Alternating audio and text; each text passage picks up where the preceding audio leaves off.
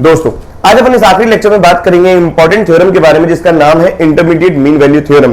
क्या कहना चाहता है इसको आज अपन समझेंगे। देखो चैप्टर का नाम है कंटिन्यूटी। इसका मतलब आपको क्लियर हो चुका होगा कि यदि फंक्शन कंटिन्यूअस है तो ही इंटरमीडिएट मीन वैल्यू थ्योरम लगेगी, अदरवाइज नहीं लगेगी। आप समझते हैं कि क्या कहना चाहता है ये इंटरमीडिएट मीन वैल्यू थ्योरम।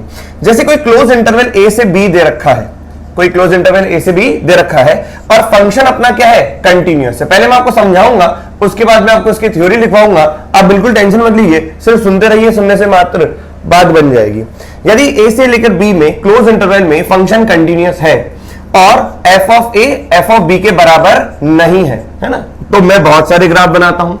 एक ग्राफ अपना हो जाएगा ये वाला कि ये वाला मैंने पॉइंट बोल दिया ए, ये वाला पॉइंट मैंने बोल दिया बी, तो यहां पर जो वैल्यू आएगी that will be F of A और यहां पर वैल्यू जो आएगी एफ ऑफ बी। क्या बात सबको समझ में आ गई। एक ग्राफ अपन बना देता है, ये कहलाता है मोनोटोनिक ग्राफ। कैसे कहलाता है, मोनोटोनिक। क्या नाम बोला सर ने, मोनोटोनिक। मोनोटोनिक का मतलब होता है लगातार या तो बढ़े या तो लगातार घटे। तो जैसे घटने वाला ग्राफ में अगर बनाऊं तो ये वाला होगा, तो यहां पर वैल्यू क्या हो जाएगी बी और ये वाला पॉइंट क्या हो जाएगा ए। देखो फंक्शन बनाते वक्त कहीं कोई कलम उठाने की जरूरत नहीं पड़ी, ये वाला हो जाएगा एफ ऑफ ए और ये वाला हो जाएगा एफ ऑफ बी। तो ये दोनों नेचर जो आपको दिख रहे हैं ना, ये मोनोटोनिक है। मोनोटोनिक का मतलब होता है या तो बढ़े ही बढ़े या तो घटे ही घटे। तो यहां पर देखो नेचर बढ़ ही रहा है, एक्स की वैल्यू बढ़ने पर ग्राफ बढ़ रहा है और एक्स की वैल्यू बढ़ने पर ग्राफ घट ही रहा है। एक होता है नॉन मोनोटोनिक। क्या होता है, नॉन मोनोटोनिक। नॉन मोनोटोनिक का मतलब यह है कि कर्व बढ़ के घट रहा है फिर बढ़ रहा है, मतलब पूरे इंटरवल में कर्व घटे नहीं, पूरे इंटरवल में कर्व बढ़े नहीं, बढ़ के घटे, घट के बढ़े, बार बार बढ़े, बार बार घटे, उसके अपन कहते हैं नॉन मोनोटोनिक। जैसे ये अपन ने बोल दिया ए और ये वाला अपन ने बोल दिया B. Is the point clear everybody. तो यहां पर क्या हो जाएगा एफ ऑफ ए और ये वाला हो जाएगा एफ ऑफ बी। अब समझो इंटरमीडिएट मीन वैल्यू थ्योरम क्या कहता है कि यदि कोई फंक्शन कंटिन्यूअस है किसी क्लोज इंटरवल ए से लेकर बी में और एफ ऑफ ए और एफ ऑफ बी बराबर नहीं है, तो हम ये कहते हैं कि फंक्शन विल टेक। तो हम ए से लेकर बी जो भी वैल्यू है बिटवीन ए टू बी, वो सारी की सारी वैल्यूज को अपन ले लेते हैं। अब इस ग्राफ को देख लो कि अगर कोई फंक्शन ए से लेकर बी में पूरा का पूरा कंटिन्यूअस है तो ए से लेकर बी तक की सारी बीच की जितनी भी वैल्यूज है वो कर्व ले लेगा, फंक्शन अपने आप ही ले लेगा। यदि कोई फंक्शन कंटिन्यूअस है तो एफ ऑफ ए और एफ ऑफ बी के बीच की जितनी वैल्यूज है फंक्शन अपने आप ही ले लेगा। यदि फंक्शन कंटिन्यूअस है तो बताओ एफ ऑफ ए ये रहा, एफ ऑफ बी ये रहा, एफ ऑफ ए से एफ ऑफ बी तक की सारी वैल्यूज फंक्शन अपने आप ही ले लेगा। कैप्चर कर ही तो रहा है, ये बढ़ रहा है तो वाई एक्सिस के अंदर एफ ऑफ ए और एफ ऑफ बी है तो सारी की सारी वैल्यू ले ली, हाँ या ना। अब जैसे अपन ने इस प्रकार से ग्राफ बना दिया, मान लो तो यहां पर ये वाला पॉइंट क्या है ए और ये वाला पॉइंट क्या है बी। तो बताओ ये वाला पॉइंट क्या हो गया एफ ऑफ ए और ये वाला पॉइंट क्या हो गया एफ ऑफ बी। तो ये कहना चाह रहे हैं हम, यदि कोई फंक्शन कंटिन्यूअस है और एफ ऑफ ए और एफ ऑफ बी बराबर नहीं है तो एफ ऑफ ए और एफ ऑफ बी के बीच की जितनी वैल्यूज है वो कर्व अपने आप ले ही लेगा। इसके ऊपर की वैल्यू भी कभी ले सकता है, कभी नहीं भी ले सकता, लेकिन बीच की वैल्यू तो हमेशा लेगा ही लेगा। तो हम यही कह रहे हैं, तो इस स्टेटमेंट में लिखवा देता हूं, if function is continuous in closed interval a to b, then it can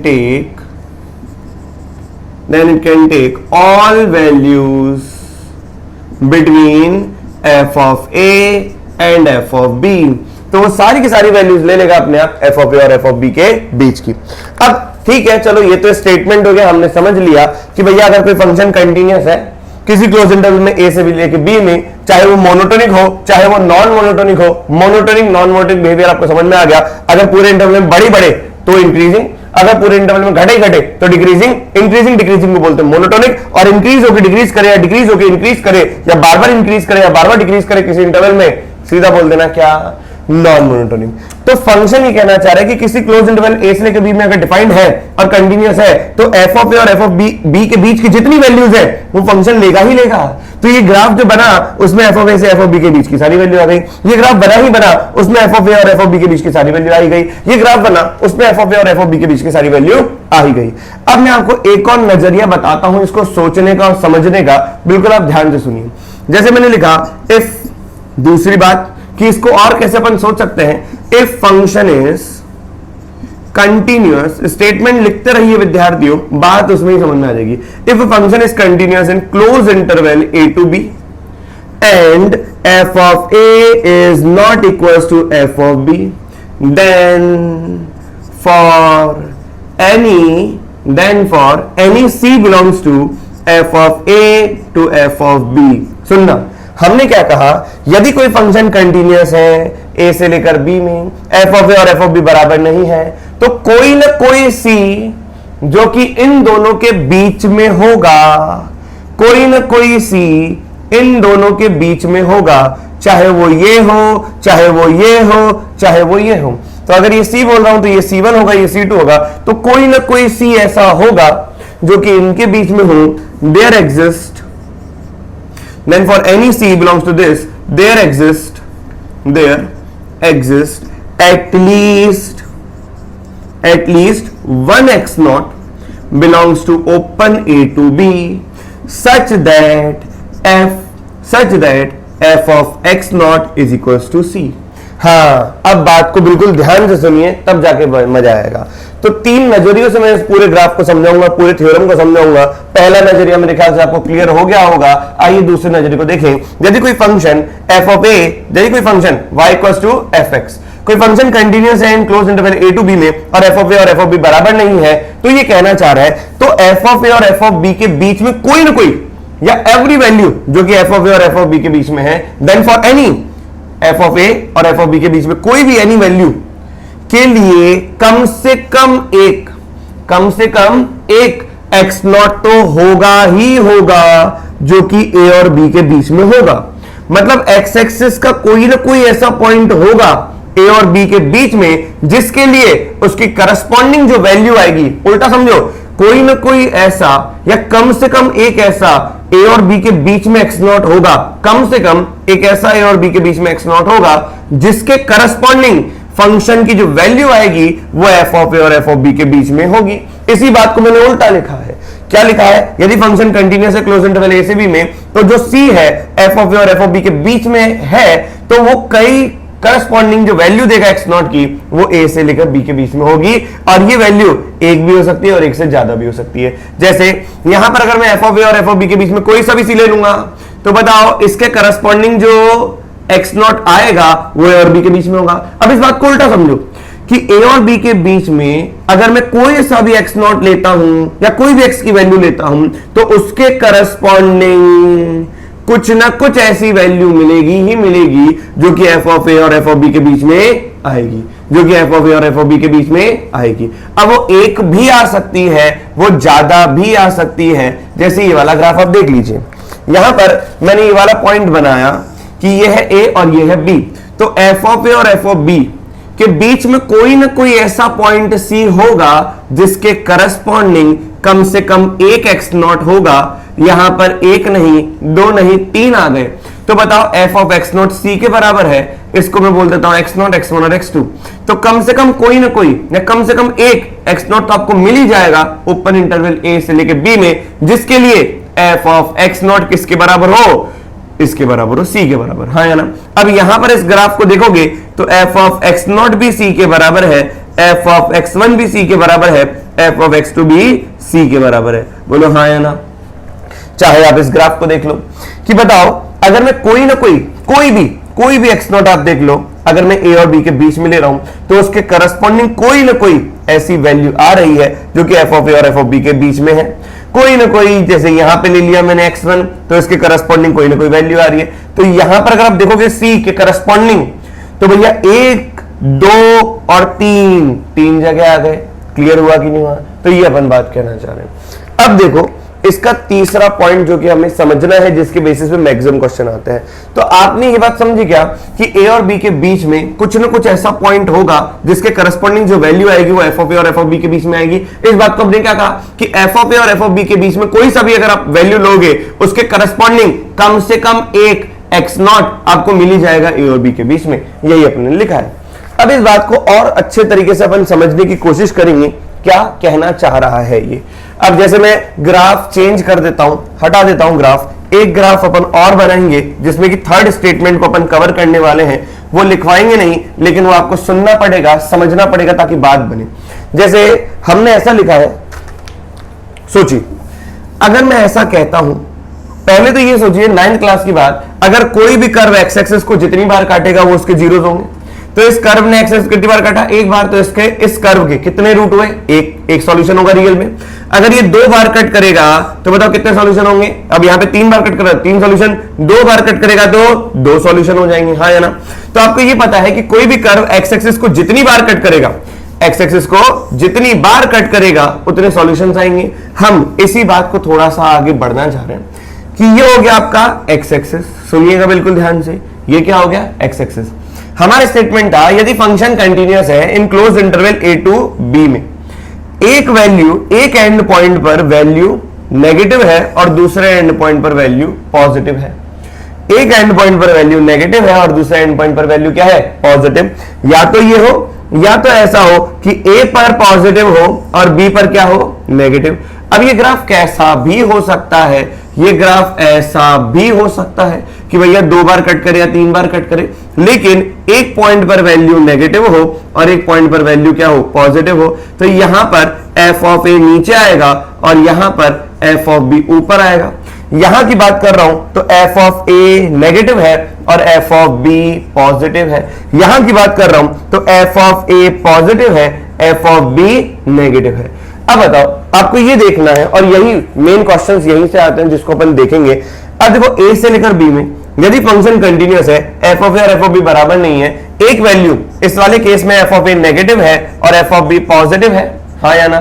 तो बताओ a से लेकर b तक में जब फंक्शन बनाऊंगा तो क्या आपको कम से कम एक x0 ऐसा मिला जो कि इस फंक्शन का रूट हुआ?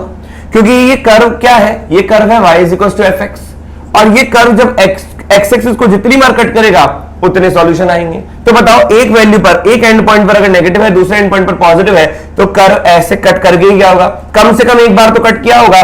तो हम बोलेंगे कि f of x0 is equal to what? 0। तो हमने ये कहा कि अगर एक पॉइंट पर नेगेटिव और एक पॉइंट पर पॉजिटिव और फंक्शन कंटीन्यूअस है तो there exist at least one root जो कि इस फंक्शन को सेटिस्फाई करे, हाँ या ना? क्लियर है कि नहीं? अब जैसे यहां पर देख लो कि a पर f ऑफ a पर पॉजिटिव है, f ऑफ b पर क्या है? नेगेटिव है। तो बताओ f ऑफ a से लेकर f ऑफ b तक जब मैं कर्व बनाऊंगा तो क्या कम से कम एक बार ये एक्स एक्सिस को कट कर रहा है? अब एक बार भी कट कर सकता है, 2 बार भी कट कर सकता है। यहां पर f ऑफ a नेगेटिव हो गया, f ऑफ b पॉजिटिव हो गया। जब ये f ऑफ a और f ऑफ b तक जा रहा है a से b में, तो बताओ कितनी बार कट किया? 1 2 3। तो हम यही तो कह रहे हैं, if a function is continuous in closed interval a to b and one value is negative and other value is positive, तो कम से कम एक रूट होगा ही होगा उस फंक्शन का। Then there exists at least one root of the function between a to b। इसी बात को अपन लिखना चाह रहे हैं। यहां पर देखिए, if function is continuous in closed interval a to b, if function is continuous in closed interval a to b and f of a is not equals to f of b and one value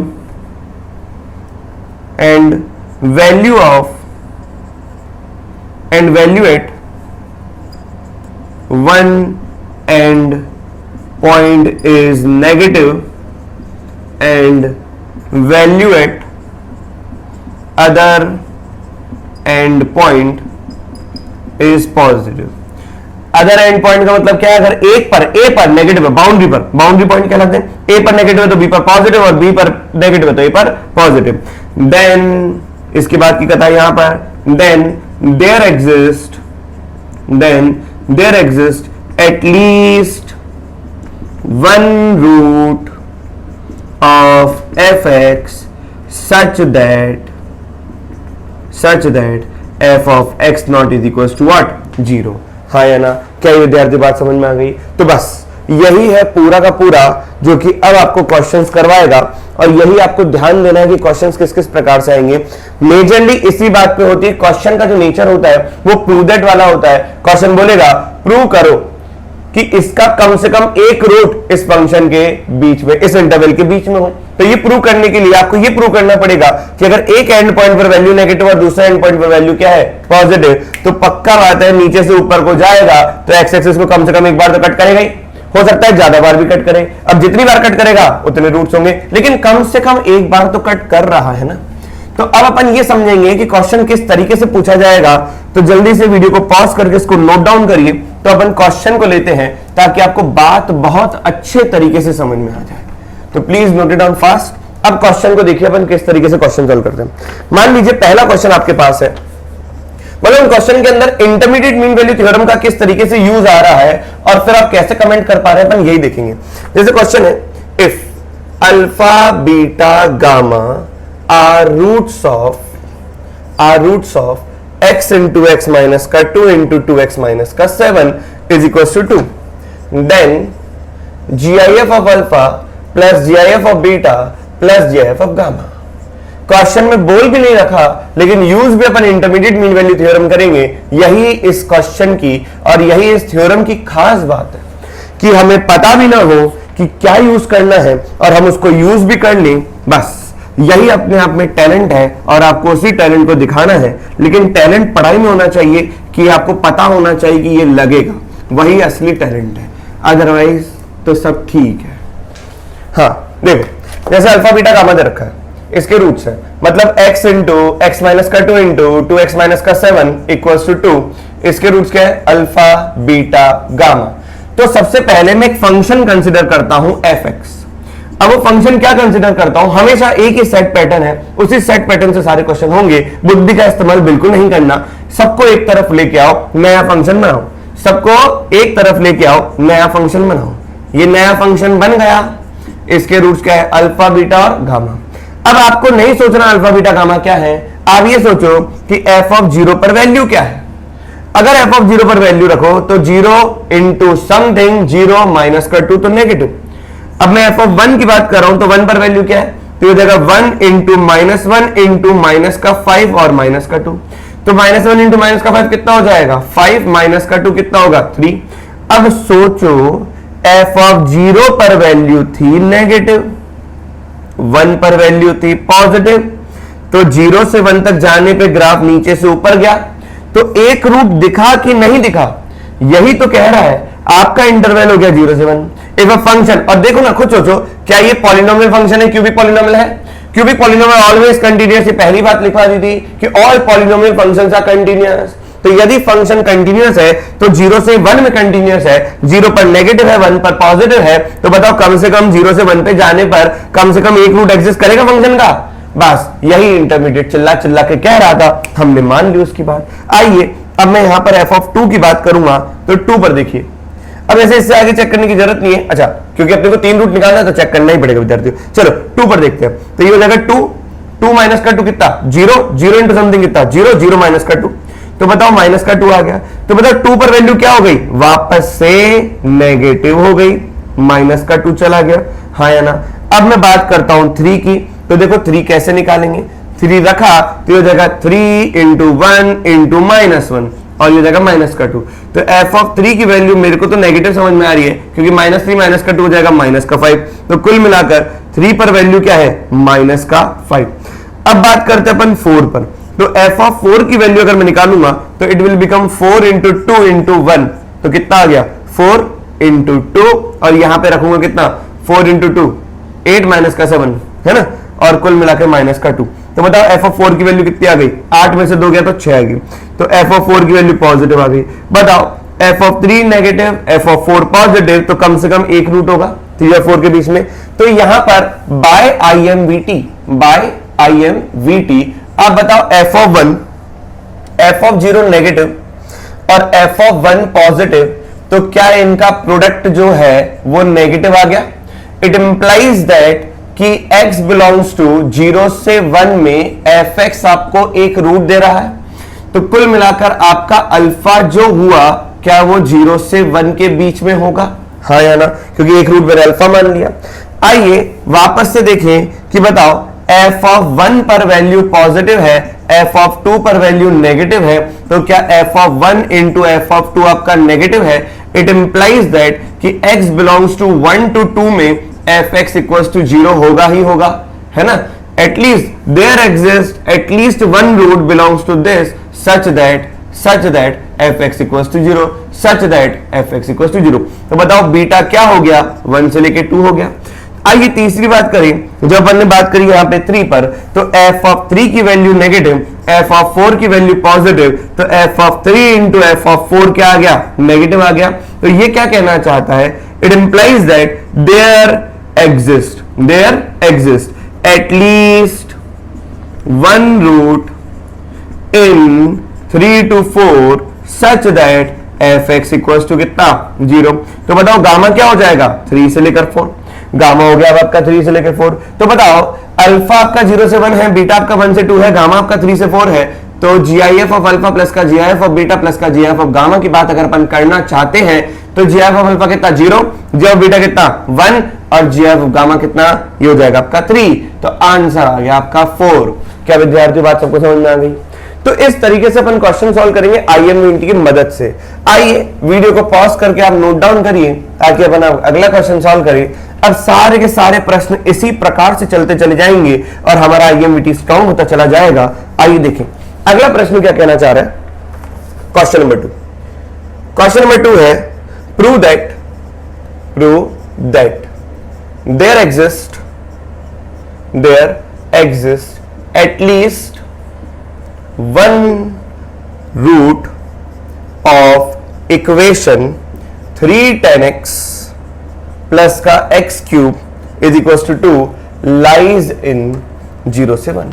बस पहला ये देखो कि कभी भी आपको there exist at least one root prove करना है तो आपको ये चीज समझनी ही पड़ेगी बेटा, आपको अच्छे तरीके से ये चीज समझनी पड़ेगी कि कोई फंक्शन अगर कंटिन्यूअस है तो IMVT लगेगा। इस इंटरवल में साबित करना है, सबको एक तरफ लेके आओ और एक नया फंक्शन मान लो। तो मैंने क्या कहा, let fx is equal to 3 tan x plus X cube minus का 2। क्या ये tan x फंक्शन कंटिन्यूअस है 0 से 1 में? हाँ। x क्यूब भी कंटिन्यूअस है 0 से 1 में, continuous plus continuous plus continuous, तो पूरा फंक्शन कंटिन्यूअस है। आइए f ऑफ 0 की बात करूं तो ये हो जाएगा 3 इंटू 10 0 0 और प्लस का 0 माइनस का 2, तो आंसर आ गया माइनस का 2। अब अगर मैं बात करूं f ऑफ 1 की तो बताओ ये तो f ऑफ 0 तो नेगेटिव हो गया। अब मैं f ऑफ 1 की बात करूं तो ये लिखा हुआ है 3 tan 1 प्लस का 1 माइनस का 2, तो ये लिखा हुआ है 3 tan 1 माइनस का 1। अब पहले मैं आपके सामने tan x का ग्राफ बनाता हूं ताकि आपको बहुत ही ज्यादा अच्छा महसूस हो। ये वाला पॉइंट होगा π/2, 1 का मतलब होता है 1 रेडियन, यहां पर होगा π/4, tan π/4 पर वैल्यू 1 देता है। π/4 होता है 0, 1 से छोटा 0 पॉइंट समथिंग, तो 1 जो रेडियन है वो इससे आगे होगा। अब आप खुद सोचिए कि 1 रेडियन पर वैल्यू क्या आएगी, tan 1। तो आपको ये समझ में आ रहा है क्या कि tan 1 is always greater than 1। तो यहां पे 3 tan 1 is always greater than 3, तो 3 tan 1 माइनस का 1 is equal to 2, that should be greater than 2, हाँ या ना? तो बताओ ये क्वांटिटी पॉजिटिव है कि नेगेटिव है? अभी क्वांटिटी पॉजिटिव हो गई, 0 पर नेगेटिव 1 पर पॉजिटिव, 0 पर नेगेटिव 1 पर पॉजिटिव, तो कुल मिलाकर ये रहा 0 ये रहा 1, तो ये फंक्शन कंटिन्यूअस है। 0 पर नेगेटिव 1 पर पॉजिटिव, तो ऑब्वियस सी बात है फंक्शन कंटिन्यूअस है, तो कम से कम कोई ना कोई ऐसा एक रूट आया होगा। It by IMVT there exist at least one root, there exists at least one root belongs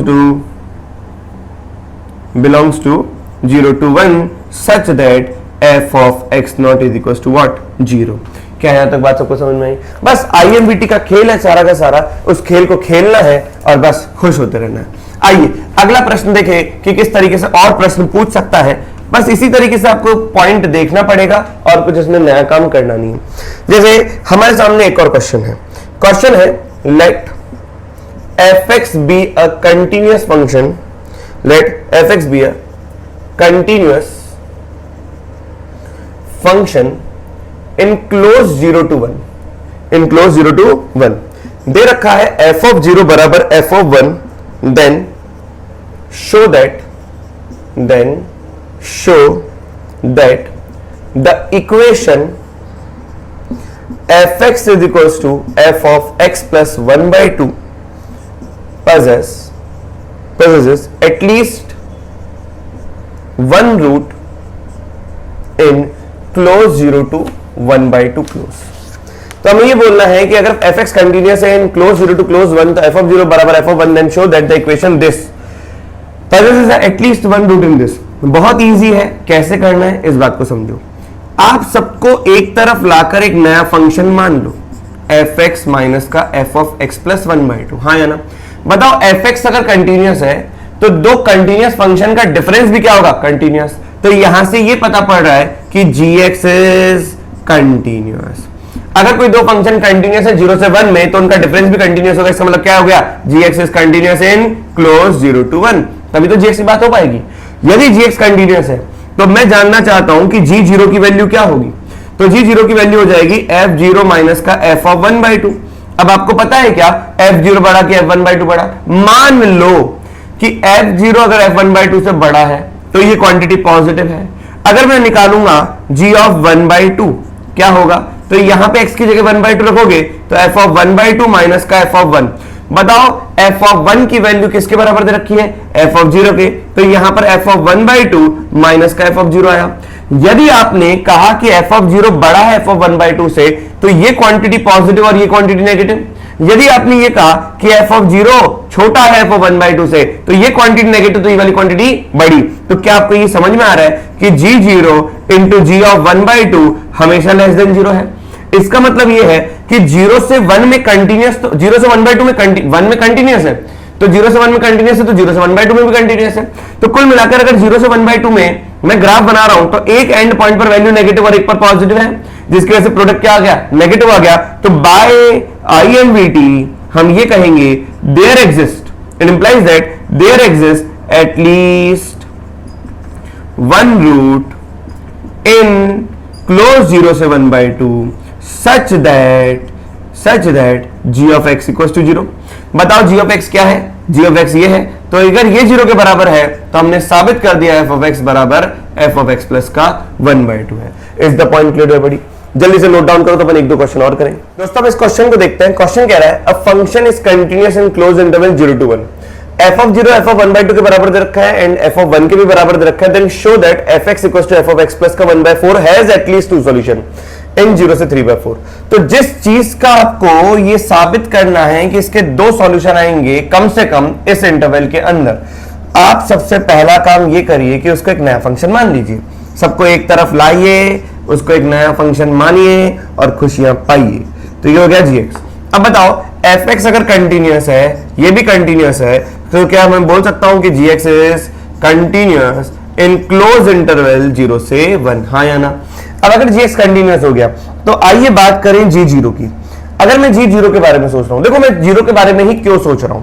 मैं 0 के बारे में इसलिए सोच रहा हूं क्योंकि यहाँ पे f0 मेरे को पता है, f0 की वैल्यू f of 1/2 के बारे में है और f of 1/2 f of 1 के बारे में, तो मैं यहाँ पे 0 रख रहा हूं। तो बताओ f of 0 माइनस का f of 1/4 आया कि नहीं आया?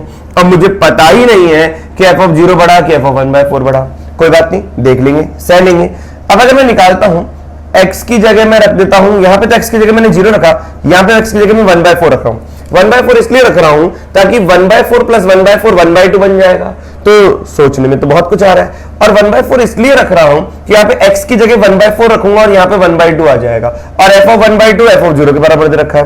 तो कुल मिलाकर g of 1/4 f of 1/4 minus का f of 1/2, क्योंकि 1/4 प्लस 1/4 1/2 होता है। बताओ क्वेश्चन में आपको क्या दे रखा है? f of 1/2 की वैल्यू किसके बराबर है? f of 0 के। तो यहां पे हो जाएगा f of 1/4 माइनस का f of 0।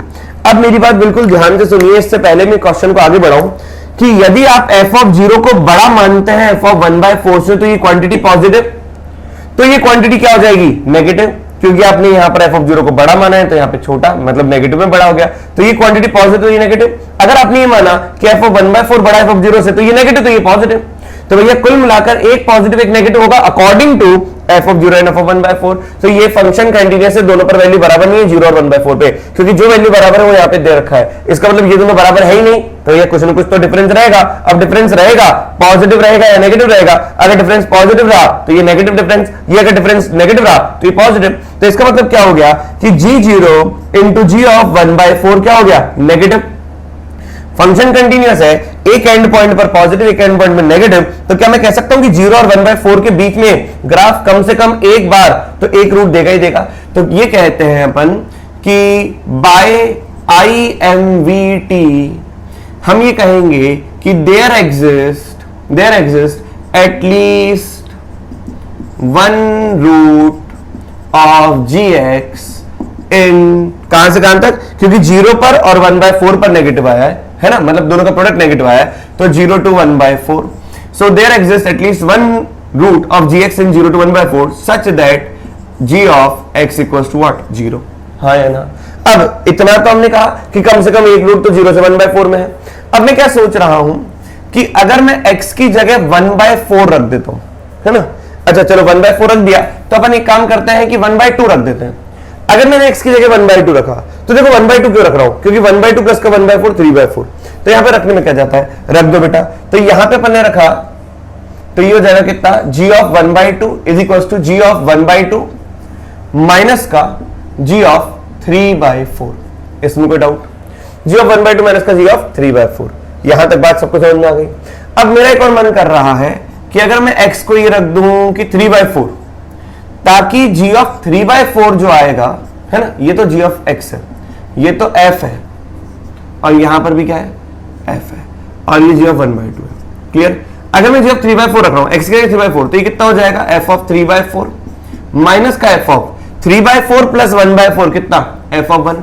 क्या मैं f ऑफ 1 को लिख सकता हूं, ये तो 3/4 रहने दिया, इसको मैं लिख देता हूं 1/2. अगर आप ये बड़ा इससे मानते हो तो ये पॉजिटिव, तो ये नेगेटिव हो जाएगा. बताओ, वापस से बताओ, क्या g of 1/2 into G of 3/4 negative आया. ये क्या इंप्लाई कर रहा है, तो बाय IMVT देयर एग्जिस्ट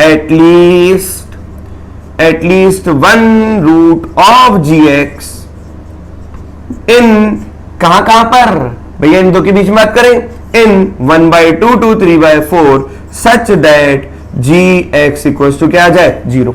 तो बताओ, कम से कम एक रूट 0 से 1/4 में, कम से कम एक रूट 1/2 से 3/4 में. तो क्या मैं ऐसा बोल सकता हूं कि 0 से 3/4 में कम से कम 2 रूट आए.